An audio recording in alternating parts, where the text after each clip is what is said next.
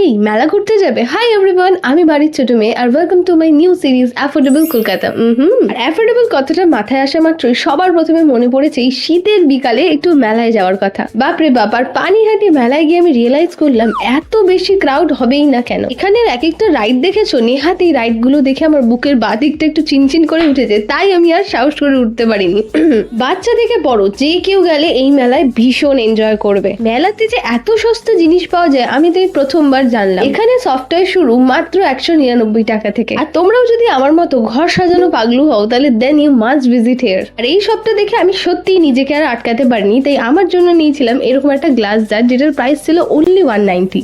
আর দেখো ভাই, এমনি বাঙালি মানুষ, তার মধ্যে এত শীত, মেলায় এসছি একটু পেট পুজো হবে না? এটা কি করে হয় বলো তো? তাই সবার আগে টেস্ট করলাম কাকুর হাতের গরম গরম ঘুগনি। এরপর তো একটু মনটা চটপটা করছিল, তাই আমি চলে গেলাম স্প্রিং পটেটো খেতে। বাপরে বাপ, ক্রাউড দেখছো?